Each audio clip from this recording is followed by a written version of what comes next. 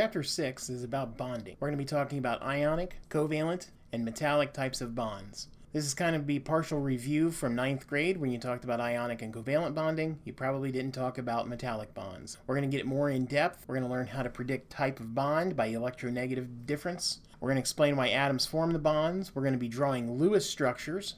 We're going to be classifying covalent and ionic compounds. And then finally at the end, we're going to be predicting molecular geometry using something called the valence shell electron pair repulsion theory. So the first thing is we got to get some vocabulary in. What is a chemical bond? It's an attractive force that binds atoms together as a unit.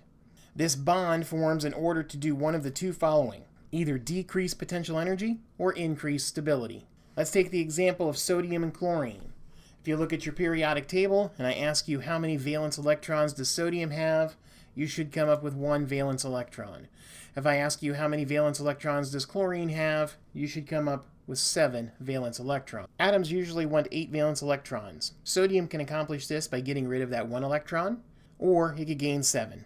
It's easier for it to get rid of 1 electron. If it does that, then it has the outer shell of neon, atomic number 11, which is the noble gas right before sodium. Chlorine can gain that 1 electron. When they do this, and this transfer of electrons happens, this is a match made in heaven, the electron will go to chlorine. Chlorine will now have a negative charge. Sodium will have a positive charge. Positive and negative ions attract each other, and sodium and chlorine will be bonded.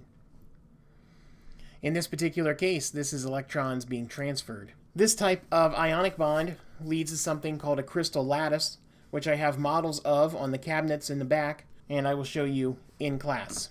Covalent bonds is different. You have 2 chlorines, each with 7 electrons, and if these chlorine atoms share those electrons, you can now double count the electrons, so that each chlorine now has 8 electrons in its valence shell. This is an example of electrons being shared. Covalent bonds result in what are called true molecules, something like ammonia or the chlorine that you just saw, or water. These are individual units, whereas the crystal lattice structures are not individual molecules. They're large accumulations of them. So in summary, in ionic bonding, electrons are transferred. Covalent bonds, they are shared. For technical purposes, the type of structure that ionic compounds form is a lattice structure, and then the reduced form of that is called a formula unit. So even though there could be trillions of chlorine and sodium atoms alternating, if you reduce it, there's always 1 chlorine for every 1 sodium. Covalent compounds form true molecules. Now you have to be a little bit careful here with the technicalities, because if you're a person that wants to be particular about it, somebody says something is a molecule like sodium chloride, and you correct them, be careful with that. So how do you tell what forms an ionic or covalent bond? Well, you do this based on electronegativity trends. Here I have a periodic table that has only the electronegativities in it. You can find this on page 161 in your textbook. Electronegativity increases as you go up the table, or you go from left to right. Fluorine has the highest value at 4, and then it decreases as you go down and to the left. Generally speaking, atoms with low electronegativity will bond with atoms with high electronegativity. So what was electronegativity again? Well, it's an attraction an atom has for an electrons in a compound. In covalent molecules, you have a compound, you can actually designate the atoms with this little symbol. This is the Greek lowercase letter delta, and the atom that has the electrons around it, in other words, the most electronegative atom, has this symbol with a negative side is read partial negative charge. Well, since the electrons are around chlorine and not around hydrogen, hydrogen has what's called a partial positive charge. And so these delta symbols will indicate the bond polarity. Polarity meaning you have positive and negatives that aren't pure 100% positive and negative. They are slightly positive and negative. You can predict bond polarity by doing an electronegativity difference. Most bonds are actually a blend of ionic and covalent characteristics. There are very few that are 100% covalent and very few that are 100% ionic. The difference in electronegativity determines the bond type. The difference in electronegativity is determined on this chart. You will always be given this chart as it looks like just right now. You have to know what the sections are. So you have a difference of 0 all the way up to 3.3, and you have a percent ionic character of 0% ionic, which means it's covalent, all the way up to 100%. The regions are like this. Anything with an electronegativity difference greater than 1.7 is an ionic compound. Anything between 0.3 and 1.7 different is a polar covalent compound, and 0 to 0.3 is a non-polar covalent compound. These are almost pure covalent.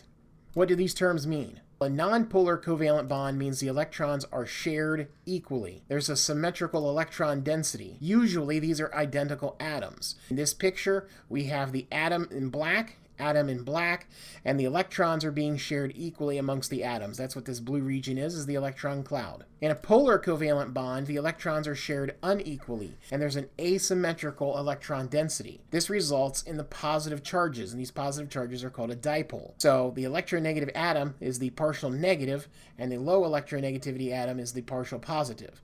This is a polar covalent bond, where you have slight charges on either side. An ionic compound is a pure positive and a pure negative because the electron has been completely transferred to one atom. The example I give of this is of the dogs here fighting over the bone. In a nonpolar compound, it's like two equal-sized dogs fighting over the bone. Neither one can dominate. However, if you have a bigger dog and a smaller dog, the bigger dog is going to be able to have that bone more often than the smaller dog. And finally, in an ionic bond, you have a great big dog that's able to completely take the bone from the smaller dog. So how do you use bond polarity? Well, what you do is you first of all got to have an electronegativity table. And so what I've done is I've put electronegativities down here. And so if you have electronegativities and you have a bond between hydrogen and sulfur, you look up hydrogen 2.2 and you look up sulfur 2.58 and you take the difference. And make sure you always subtract big number from small number. So in this case, 2.58 minus 2.2 gives you a difference of 0.38. Now, compare that to the chart. And so you look up the difference, and the difference is above 0.3 but below 1.7. So this is an example of a polar covalent bond. So 0.38, polar covalent. What's the more negative atom? Well, the more negative atom is the one that has the highest electronegativity, so it's sulfur. Next type of bond is between cesium and sulfur. So you look up sulfur, we already know is 2.58. Cesium is 0.79.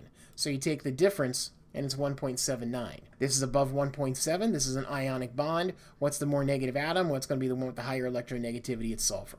How about sulfur and chlorine? We already know sulfur, 2.58. Chlorine is 3.16. So we take 3.16 minus 2.58, and you're going to get 0.58 as your difference. This puts it in the polar covalent region, so it's a polar bond. And chlorine now is your more negative atom because it has the higher electronegativity.